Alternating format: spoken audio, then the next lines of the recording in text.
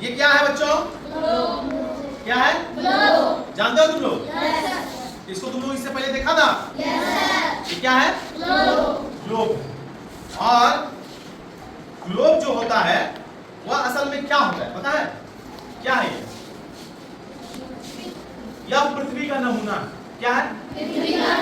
जैसे तुम लोग मार्केट जाते हो और एक कार खरीदते हो, खिलौने वाली कार, टॉय कार खरीदते हो ना? तो वो कार असल में क्या होता है? वो जो बड़ा वाला कार होता है, जो ओरिजिनल वाली गाड़ी होती है जिसको हम लोग चलाते हैं, चढ़ते हैं, उसका एक नमूना होता है, मॉडल होता है ना, जिसको छोटा बनाया जाता है। वैसे ही पृथ्वी को समझने के लिए अगर हम लोग पृथ्वी जितना बड़ा कुछ बनाए तो क्या हम लोग उसको समझ पाएंगे? तो उसको समझने के लिए, उसके देशों को समझने के लिए, देशों के रेखा, अंतरराष्ट्रीय रेखाओं को समझने के लिए, समुद्रों की स्थिति समझने के लिए, है ना, इसको बनाया गया है, इसको बनाया गया। और यह जो है वह क्या है? मॉडल है। किसका मॉडल है? पृथ्वी का मॉडल। पृथ्वी बिल्कुल ऐसी ही है जैसी इसकी आकृति है ना? और बिल्कुल पृथ्वी भी वैसे ही घूमती है जैसे ये ऐसे घूम रही है। पृथ्वी अभी भी घूम रही है, हमको और आपको नहीं पता चल रहा है, लेकिन पृथ्वी क्या कर रही है? अपने अक्ष पर घूम रही है। इसका अक्ष है, ये क्या है? अक्ष है, धुरी है इसकी, और इस पर पृथ्वी क्या करता है? घूमता रहता है, पृथ्वी घूमती रहती है ना? तो ग्लोब को बिल्कुल वैसा ही बनाया गया। तो ग्लोब क्या है असल में? पृथ्वी का नमूना है, या पृथ्वी का एक मॉडल जैसा, है ना? इसको हम लोग इसलिए बनाते हैं कि इस पर बहुत सारी चीजें हमको समझ में आती है, और यह बिल्कुल हूबहू स्थिति को दर्शाता है। जैसे भारत वास्तविक स्थिति उसकी पृथ्वी पर कहाँ है, वह हम लोग ग्लोब में भी अगर देखें तो हम लोग को समझ में आ जाएगा। जैसे यहाँ तुम देखो, ये दो ध्रुव है इसके, वैसे ही पृथ्वी का भी दो ध्रुव है, ये उत्तरी ध्रुव है और ये दक्षिणी ध्रुव है। जानते हैं हम लोग ध्रुवों के बारे में हमने पढ़ा है। वैसे ही पृथ्वी के दो ध्रुव है, उत्तरी ध्रुव और दक्षिणी ध्रुव, और पृथ्वी बिल्कुल घूमती रहती है ना? और घूमती है अपने अक्ष पर, और परिक्रमा किसकी करती है? सूर्य की परिक्रमा करती है, सूर्य की परिक्रमा करती है। तो हम लोग इसमें देखा, हम लोग इसमें क्या क्या देख सकते हैं? ग्लोब पर हम लोगों को क्या स्थिति समझ में आती है? क्या समझ में आता है? ग्लोब किस लिए बनाया गया है? ग्लोब बनाया गया है देशों की स्थिति को समझने के लिए। जैसे आप एक इसमें खोजना शुरू करिए, आइए आप देखिए कि भारत इसमें कहाँ है, आप ढूंढिए भारत कहाँ है इसमें, देखिए ढूंढिए, यहाँ देखिए, यहाँ लिखा हुआ है, क्या लिखा हुआ है? इंडिया। देखो दिख रहा है?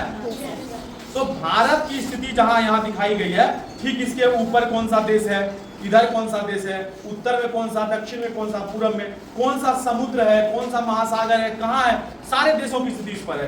दुनिया में जितने देश हैं सब यहाँ है, इस पर दिखाया गया। जितने महासागर हैं सबको यहाँ दर्शाया गया है ना?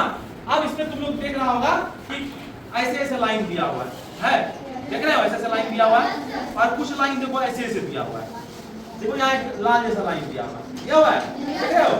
ये लाल कलर की जो है लाइन एकदम बीचों बीच, ये क्या कर रहा है? इस ग्लोब को दो भागों में बांट रहा है। वैसे ही पृथ्वी के बीचों बीच एक रेखा गुजरी है, जिसको हम लोग भूमध्य रेखा कहते हैं। वो काल्पनिक रेखा, क्या है वो? काल्पनिक रेखा है। और ये रेखा किधर से किधर है बताओ तुम?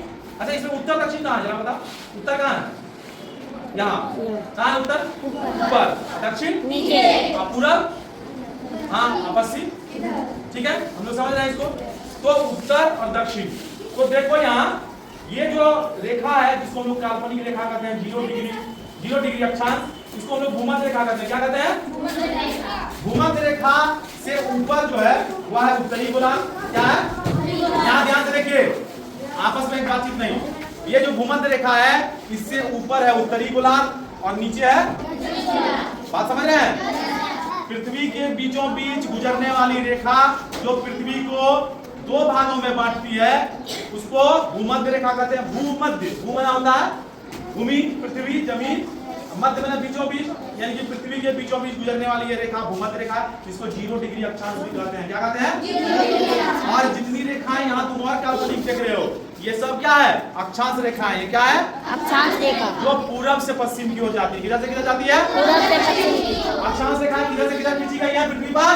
पूरब से पश्चिम। काल्पनिक है, लेकिन तुमको कहीं मिलेगा नहीं वैसा रेखा खींचा हुआ। वह क्या है? एक काल्पनिक रेखा है। और एक रेखा तुमको दिखेगा इधर से इधर, ये देखो, है ना? इसको कहते हैं देशांतर रेखा। ये क्या है? देशांतर रेखा, जो बिल्कुल उत्तर से दक्षिण की ओर खींची गई है।